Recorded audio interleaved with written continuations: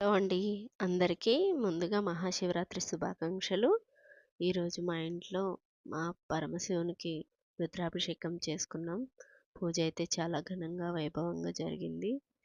నేను చేసిన ఈ పూజ మీరు కూడా చాలా ఈజీగా చేసుకోవచ్చండి. ఎందుకనంటే వర్కింగ్ ఉమెన్స్ కానీ, జెంట్స్ కానీ ఎవరైనా సరే జాబ్స్‌కెళ్ళేవాళ్ళు మన ఇంట్లో ఉన్న వస్తువులతోనే కుదిరిన టైంలోనే ఈజీగా ఒక 10 మినిట్స్‌లో, ఒక 5 మినిట్స్‌లో అయినా చేసేసుకోవచ్చు. అన్నీ కాకపోయినా ఆ శివుడిని తలుచుకుంటూ ఒక చెంబుడు నీళ్లు పోస్తే చాలండి.